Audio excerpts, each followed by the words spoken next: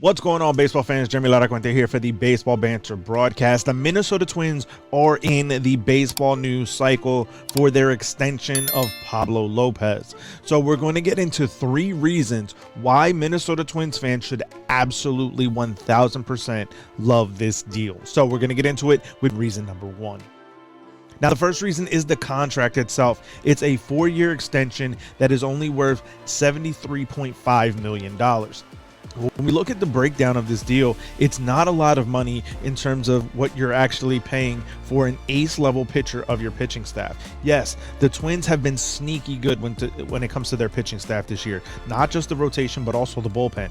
And I think that for Minnesota to be successful, they are going to be heavily relying on that pitching staff as a whole. So being able to lock up your potential ace, the guy that you made a huge time trade for this offseason by trading away the batting champion Luis Arraez for Pablo Lopez, to be able to make that move, bring this guy in and lock him up for the next 4 seasons, it really serves you as a very good deal for the Minnesota Twins, in my opinion. So I really like the way that this contract works out for the Minnesota Twins. It's not a lot of money against their payroll, but they're able to keep that ace for a while. That leads me into the second takeaway. And the second reason to really like this deal is the fact that this is not going to really hamper your team for a very long time. This is a 4-year extension, which means for your team, you're going to have this window extended. You're going to have this year where you have Sonny Gray, Tyler Mahle, who's been pitching well for you.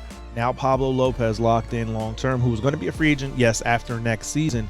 But now you really have this wave, this air completely taken out from this entire situation, because you knew going into next season you really had to put the pedal to the metal to try to get him locked up long term. Now you already have it in the books. You don't have to worry about anything else going into the situation, trying to maybe have another team potentially lure him out. The other thing about it is that you keep this team, this rotation, locked in for the next several years, extending your window of competition. So to me, that's the best part about this, is that you are extending that window if you are the Minnesota Twins. And last but not least, Pablo Lopez is and has been your ace level pitcher on this staff this year. This is a pitcher that has truly come into his own. And by doing so, he's allowing himself and the Minnesota Twins to really benefit from those skills and that skill set, and be able to put themselves in a position to not just try and compete for a postseason spot, but potentially make a deep run in the postseason. The Minnesota Twins, to me, looked very, very different.